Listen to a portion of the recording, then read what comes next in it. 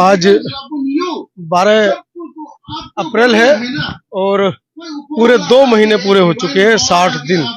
और कुछ ही देर में समता आवाज यूट्यूब पर भी आप इसको लाइव देख पाएंगे। सीधा सीधा लेकर चलता हूँ आरा के साथियों से। सर परिचय दीजिए।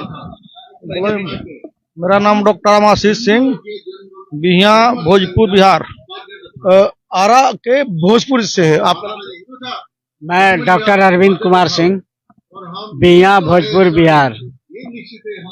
मैं हीरा लाल सिंह, बिहिया भोजपुर। मैं बद्रीनाथ बौद्ध, बिहिया भोजपुर। चलिए, हाथी के पाँव में सबका पाँव, इस पूरे संगठन की अध्यक्षता साहब कर रहे हैं। सर, संगठन का परिचय। मेरे संगठन का नाम है बुद्ध की शाम बुद्ध के नाम। बुद्ध की शाम बुद्ध के नाम। बड़ा मतलब कहाँ से सोच के लाए इस संगठन का नाम? देखिए, हम लोग बुद्ध के धर्म को जब हम लोगों ने जाना तो हमने सोचा कि इसको अनवरत चलाया जाए। इसलिए हम लोगों ने अपने आप में नियम बनाया कि हम हर एक बुद्ध के बार को शाम के कम से कम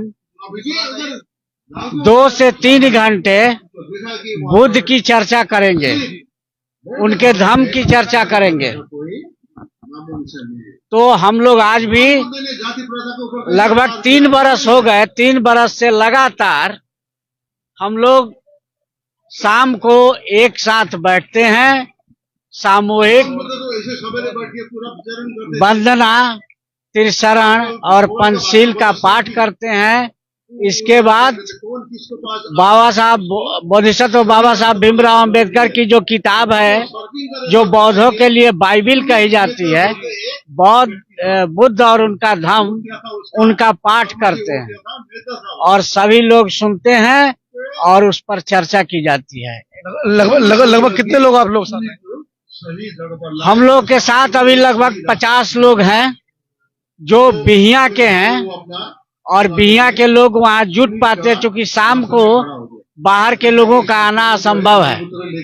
इसके साथ ही साथ हमारी संस्था जो है अगल बगल के गांव के लोगों को भी जोड़ी है, और समय समय पर जैसे बुद्ध पूर्णिमा या सम्राट अशोक जयंती या गुरु पूर्णिमा और बुद्ध के संबंध में जो भी आवश्यक जो घटनाएं घटी थी बुद्ध के जीवन में, उन सभी के अवसर पर, या जो हमारे और बहुजन हैं, फूले हुए, पेरियार हुए, ललई सिंह यादव हुए और ये जगदेव बाबू हुए, सबके जयंती भी हम लोग मनाते हैं, संविधान दिवस भी मनाते हैं। तो इसके बारे में क्या पता चला है, क्या खबर आप तक पहुंची है महाबोधि महाविहार के बारे में? देखिए, जब इस आंदोलन की तैयारी हो रही थी तो इस आंदोलन के जो मुख्य कार्यकर्ता हैं, या कहिए तो ऑल इंडिया बुद्धिस्ट फोरम के महासचिव आकाश लामा जी, जब पहली बैठक बुलाए थे, पटना के एक होटल में हुई थी, उसमें हम शामिल हुए थे। 17 सितंबर की जो रैली हुई थी उससे पहले? उससे पहले तो उसमें भी शामिल हुए, 17 सितंबर की रैली में भी शामिल हुए।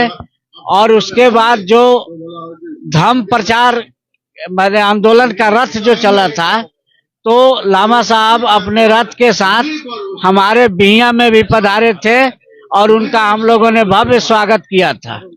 तो हम लोग शुरू से ही जानते हैं, और अभी जो हम बिहिया बोधगया में उपस्थित हैं, यह हमारा दूसरा मर्तबा है, दूसरी बार हम यहाँ आए हैं। और जब जब भी हमें फुर्सत मिलती है हम बोधगया का रुख कर देते हैं और इस आंदोलन को बल देने के लिए। तो क्या लग रहा है, आंदोलन का रुख किस ओर जा रहा है? अभी तो हमको लगता है कि हम लोग सकारात्मक जा रहे हैं, और जितना दिन तक हम लोगों ने यहाँ आंदोलन किया, धरना किया, तो यह धरना हमारे लिए सकारात्मक हुई है, क्योंकि पहले तो बहुत कम लोग जानते थे, लेकिन अब सोशल मीडिया इतना ज्यादा प्रचार कर दिया है कि अभी बहुत सारे लोग इस आंदोलन के बारे में जानते हैं।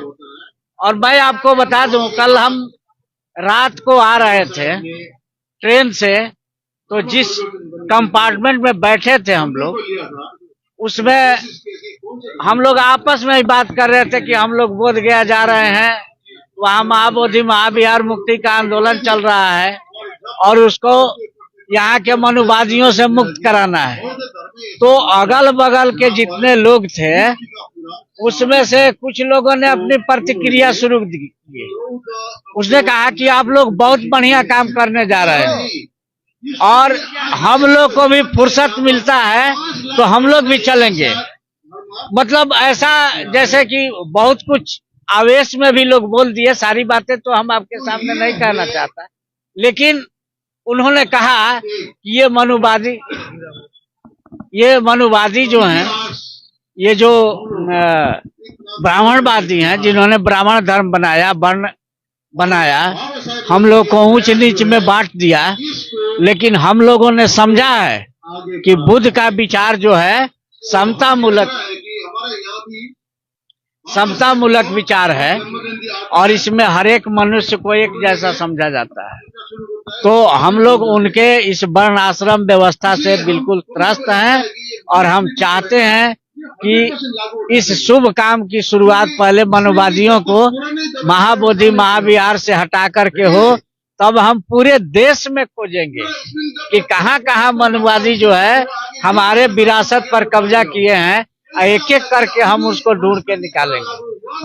इतनी व्यवस्थाएं आपके पास नहीं है, संसाधन आप लोगों के पास नहीं है, कैसे इतना बड़ा मन बना लिया?